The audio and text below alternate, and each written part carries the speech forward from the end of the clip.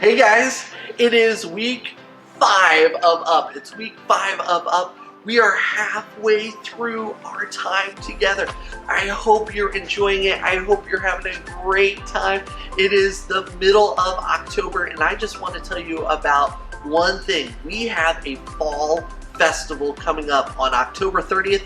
That's the last Friday in the month of October. It's right here on a Friday night, 6 o'clock. We'll have candy here. We'll have a contest, so dress up in your best outfits when you come here. There'll be food here to buy, Domino's Pizza, or a little bit nicer, a little bit more expensive food as well. We're going to have games. We're going to have a ton of prizes. Invite your friends. Invite your family. Come with your family and join us for our fall festival here at church, October 30th. Well, I hope you have a great time tonight at your craft, at your game, in the worship time, at your lesson, and after in your small group time. We'll see you at the end.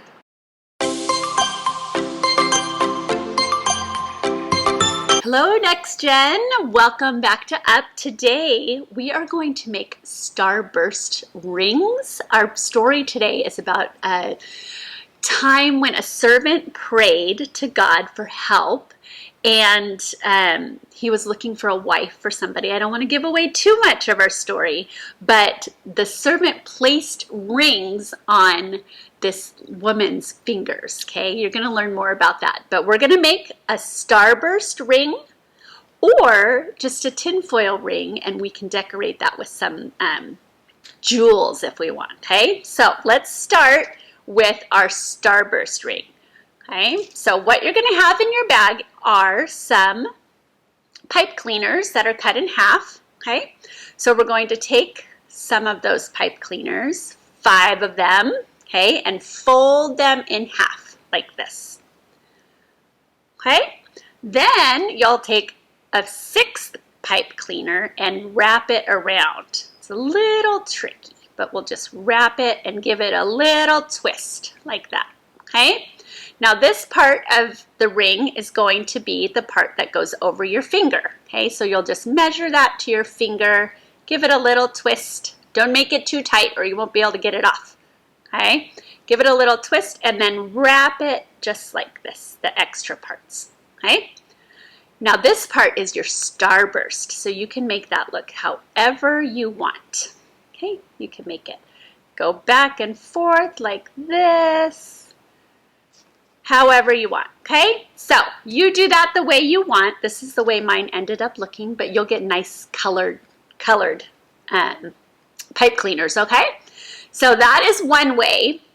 Now I know you guys are thinking, the boys in this group, why do I want a ring? I don't want a ring. Rings are for girls, right? You can give this ring to your mom, to an aunt, to a sister, a grandma, if you don't want to keep it for yourself, okay? So just because you make it doesn't mean you have to keep it, right? You can definitely give it as a gift to someone else. The next one we're going to make is a tinfoil ring. You see that? It looks like a big diamond, right? So you have a piece of foil like this in your bag. And what you're going to do is you're just going to start by rolling it up, just like this, okay? You're going to roll it into a long tube, okay? And then after it's all rolled up, you're going to twist it nice and tight. Twist, twist, twist, okay? Really nice and tight. All the way on both sides. Twist, twist. If you need help with this, you can ask your parents for help or your siblings for help. Okay. Now, you're going to take it. I'm going to take this one off so it doesn't get confusing. You're going to take this and wrap it around your finger. Again, not too tight because you want to be able to take it off, okay? And give it a little twist. And then the rest, these parts that are sticking out like this, that you're just going to wrap around itself like this. And it's going to make the diamond part of your ring, right? See, you can make it nice and fat. You can make it nice and tall, however you want, okay? Just kind of twist it and squish it into the shape you want. You also should have a jewel in your bag, so you can take the jewel off. You can stick it right on top there. If you need some glue, you can add a little glue. It is a little sticker, so if you want to put it on there, you can do that too. Or you can just leave it like that. Again, if you don't want to keep it for yourself, you can give it as a gift for someone else, okay? Have a great day and enjoy your lesson. Bye-bye.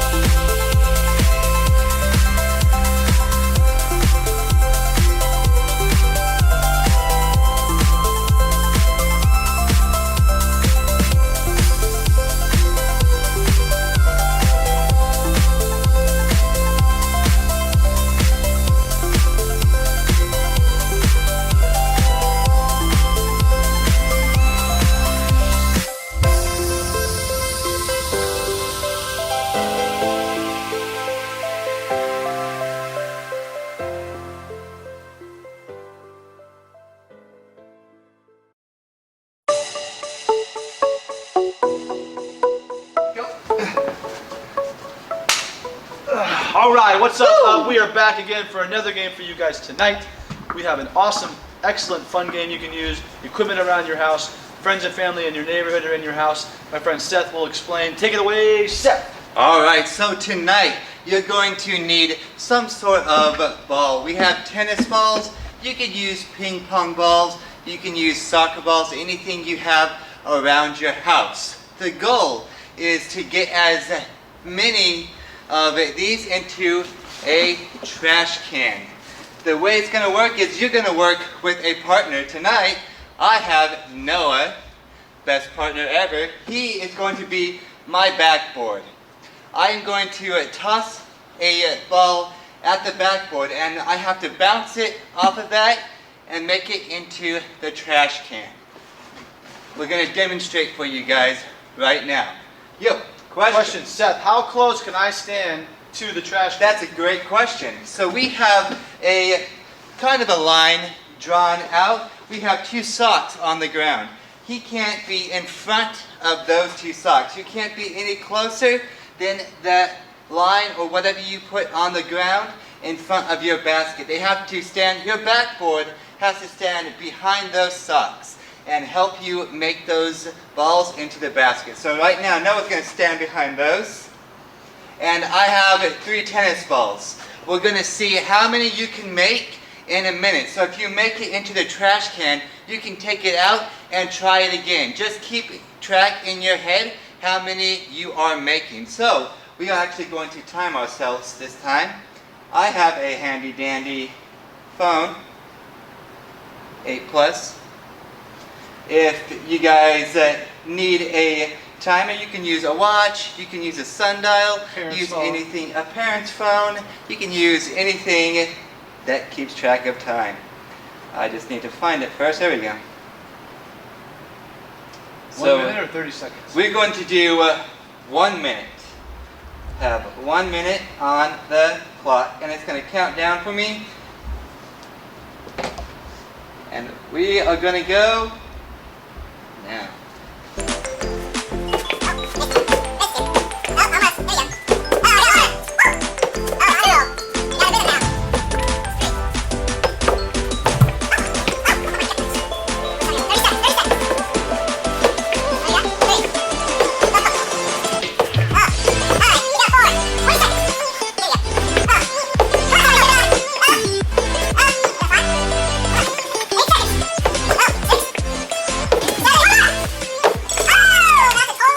We got a total of 8.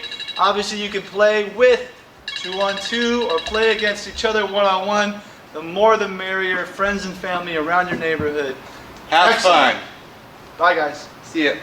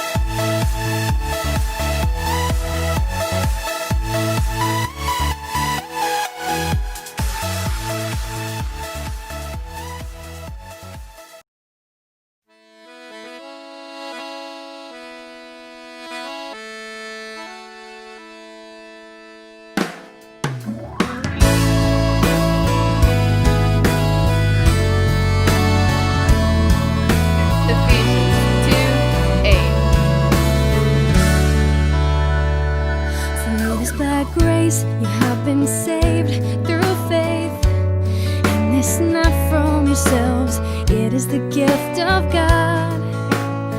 It is the gift of God. For it is by grace you have been saved through faith. And it's not from yourselves. It is the gift of God. It is the gift of God. La-di-da, la-di-da. Oh, not from yourselves.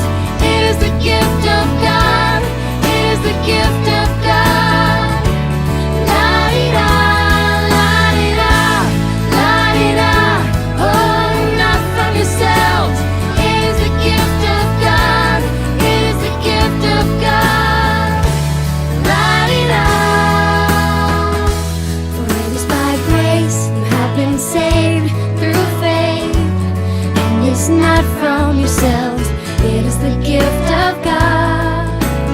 It is the gift of God. For it is by grace you have been saved through faith. And it's not from yourselves. It is the gift of God. It is the gift of God. La-di-da, la-di-da. Oh, not from yourselves. It is the gift of God. It is the gift of God. La-di-da, la-di-da, la-di-da. Oh, not from yourselves. It is the gift of God. It is the gift of God. La-di-da. Hey.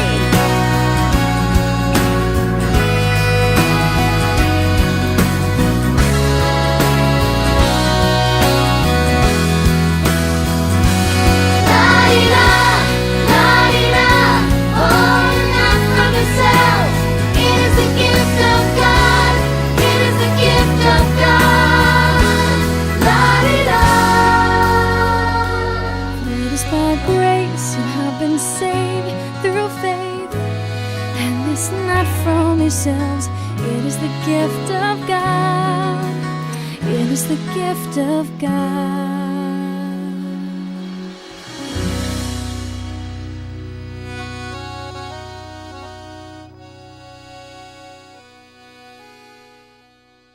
He is the truth, the life, the way. He is the truth, the life, the only way. The truth, the life, the way. He is the truth, the life, the only way. The New Testament song. The New Testament. Come on. Matthew, Mark, Luke, and John. Acts, Romans, 2 Corinthians, Galatians, Ephesians, Philippians, Colossians, 1st and 2nd Thessalonians, 1st Timothy, 2nd Timothy, Titus, Philemon, and Hebrews, and James, and 1st Peter, 2nd Peter, 1, 2, 3 John, Jude, and Revelation, 1, 2, 3 John, Jude, and Revelation. Hey! Hey!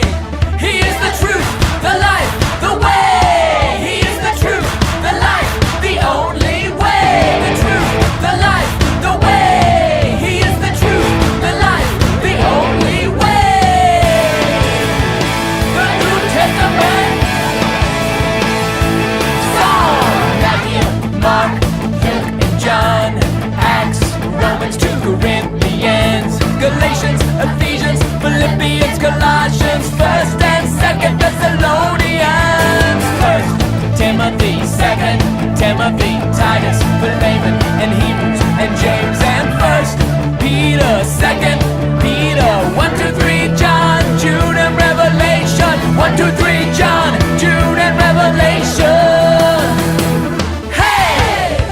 Hey! He is the truth, the life, the way. He is the truth, the life, the only way. The truth, the life, the way. He is the truth, the life, the only way.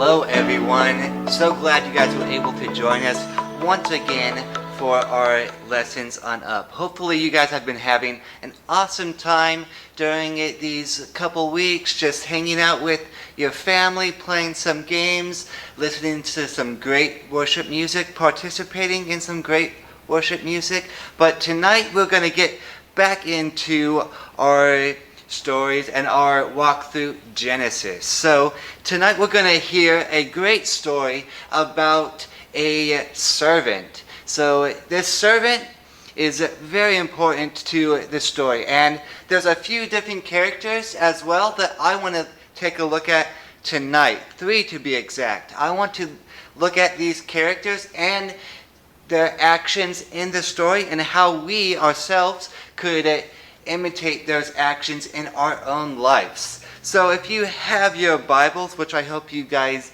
do every week, we're going to be in Genesis chapter 24. So go ahead and turn there. This story is called Isaac and Rebekah. So we had been learning about Abraham and that journey that he has been going on.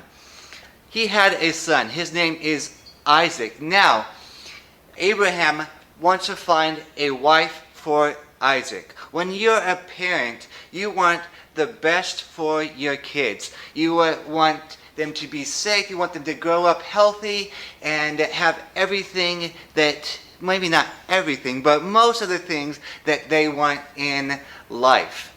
That's exactly what we see Abraham here doing. At the beginning of the story, he calls one of his servants over. Now, not just any servant, but he calls the head servant over, and he gives him a task. And in this task, he gives him very specific things to follow. So let's look at what the first one is. So in chapter 24, we're going to start in verse 3. It says, I want you to swear by the Lord, the God of heaven, and the God of earth, that you will not get a wife for my son from the daughters of the Canaanites. Now, that is the people that they are living among right now. They're among these people, and he says, I don't want my son to marry one of these ladies. They are unbelievers. They are not they don't believe in God. They're not going to be yoked in the same way as if you were to marry a Christian woman. So he says, not of the Canaanites, but I want you to go back to where we came from. Get a wife from there. We see it in verse 4. Verse 4 says, but you will go to my country and my own relatives and get a wife for my son Isaac. Now you might be saying, wait, get one of his own relatives? It's okay. Back then, it was common to be married to someone along in the same family as you were. Nowadays, it's a little weird. You probably aren't going to want to be doing that, but back then, it's okay. So that's what he is asking the servant to do. Go back, home country, find a wife for him. The last thing was the servant brings up this point. He says, how about if the woman that I have found doesn't want to come back with me to live in this country? Can I take Abraham to her? And he's like, no, don't take Abraham there. But why? And it says this. We say, verse 6, it says, make sure that you do not take my son back there, Abraham said. The Lord, the God of heaven, who brought me out of my father's household and the native land, and who spoke to me, promised me an oath, saying, to your offspring I will give this land. So he's talking about the land that they are in currently. So he is honoring that promise that was given to him. So he says, you need to bring back this woman to us. We're not going anywhere. My son's staying in this land. So the servant gathers some possessions of him, some gifts, camels, and he takes off back to that land. So we're going to look at the servant. That's the second person that we're going to look at in this story. Now, when you hear the word servant, or that someone is a servant, what comes to your mind? It's someone who is willing to do whatever you ask of them. They're willing to do anything that you want them to do. So in this, we see him, he takes his camels and they go off. And he's in the land. And the first thing or attribute of a servant is devotion. A servant is devoted to that master that they are following. They're able to and willing to go out and do what it is that they ask them to. And they're trying to follow in their master's footsteps and what he asks of them to do. Another attribute that I want to look at is obedience. A servant is obedient to what they are being asked to do. No matter what it is, they're obedient to the fullest. If you guys are asked to take out the trash, you take out the trash, right? Not just half of the trash can, so it's a little bit empty. You take out the whole trash can, right? When I was younger, my parents would often ask me to clean my room. I'm not a very neat person. I got asked to clean my room pretty often. But they would come to me and say, pick up these clothes on the floor. Like, why are they on the floor? They should not be there. So I was like, okay. So I take the clothes and I put them on my bed. And I say, good, I'm good. And they're like, but you didn't clean. I was like, I did what you asked. I picked them up off my floor. I knew that's not what they were saying when they are asking me to pick my things up. It's pick my things up and put them where they belong. Obedience is very specific. When some instructions are given to you, you follow what those instructions are. We see the servant obedient. Let's look a little bit further in the story. We're going to go to verse 12. And it says this, Then he prayed, O Lord, God of my master Abraham, give me success today, and show kindness to my master Abraham. See, I am standing beside this spring, and the daughters of the townspeople are coming out to draw water. May it be that when I say to a girl, please let down your jar, that I may have a drink, and she says, drink, and I will water your camels too. Let her be the one you have chosen for your servant Isaac. By this I will know that you have shown kindness to my master. So the servant is there, and the first thing he does when given a task is that he prays. He goes to God in order to help him with whatever this task is. And he's very specific in what he asks of God to do. He says, I want the person that you have for me, when I say to them, can I have a drink, they're not only going to offer me a drink, but they're going to offer my camels as well. So back then, it was custom for these ladies who would go to the spring to offer drinks to those around, offer water to those around. Not their livestock, not the animals they have with them, just the people. But he took it a little bit further in what he was asking. He wants to find the best for his master's son.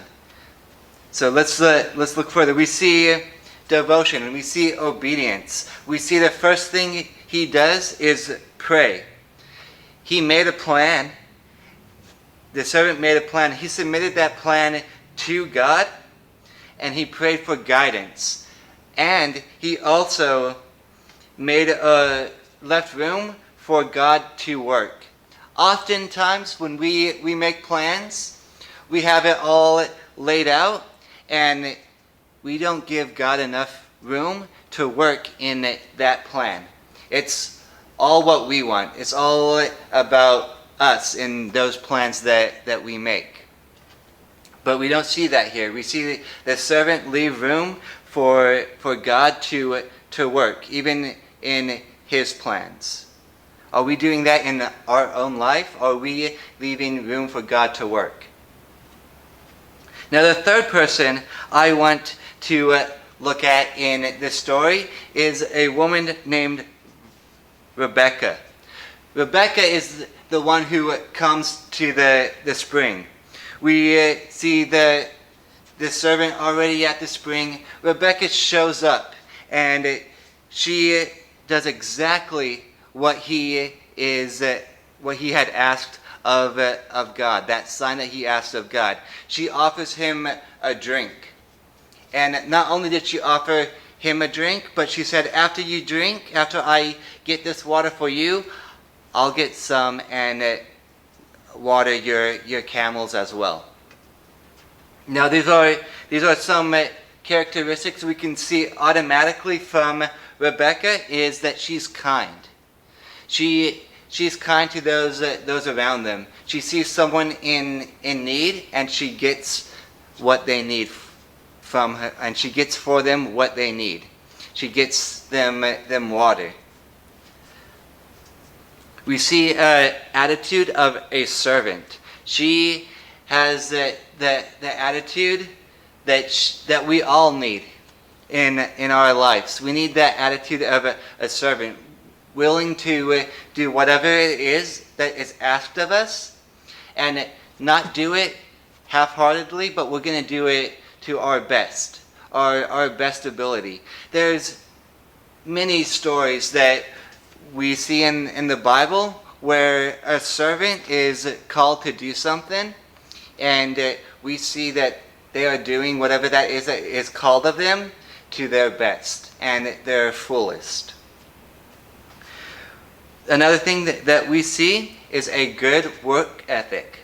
She's drawing water up from this spring, not only for the servant, for these camels. He has about 10 camels with him, it says in the story.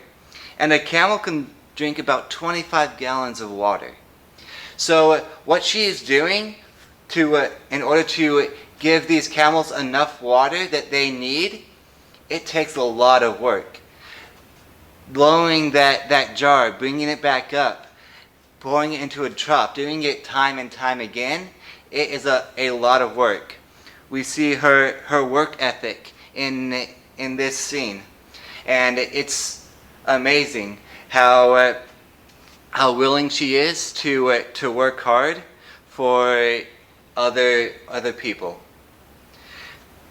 The servant knows that this is the woman that he needs to bring back to Isaac. This is the one that he prayed for. This is the woman that Abraham is looking for her son.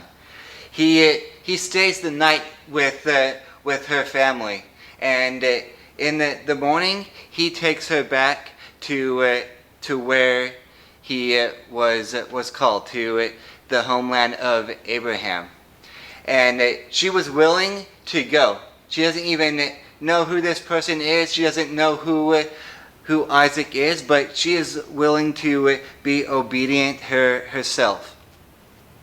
And we see a lot of obedience in this story. Guys, I hope that we in our lives are as obedient as this servant and as Rebecca. When we're asked to do something, it's not about, at that point, it's not about what we want and what we think we need. It's about who's asking us to do that thing. Whether it is our parents, what they are asking us to do. Especially God. If God is asking us to do something, we need to be willing to do it. We need to be prayerful about it. Praying first about any situation is the best way to start off on the right foot. When we're asked to do something maybe a little bit scary, pray about it.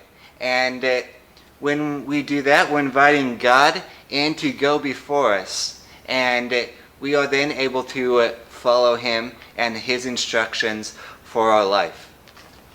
I love this story, and I pray for you guys that we are all able to show the heart of a servant, that we're in prayer, and that when we pray, that we're listening to what God is answering, and when we hear that answer, it's about what He wants, not about what He's calling us to do, not about us anymore. Think less of us and more of others. Let's go ahead and pray. Father, I just thank you for this reminder of this story, just about how to be a servant and who we are following, which is you, and just being able to follow you to our best ability. I just ask that you be with us as we go through the rest of our week and into our Zoom groups, allowing good conversation. Just thank you for who you are and how you work through us. Just pray this in your name. Amen. See you guys next week. Well, that was week 5. I hope you had a great time. Again, plan on joining us with your family on October 30th. It's free to be there. All you need to do is dress up and bring your friends, bring your family, have a great time with us. We can't wait to see you there. Take care. Have a good night and enjoy your small group time.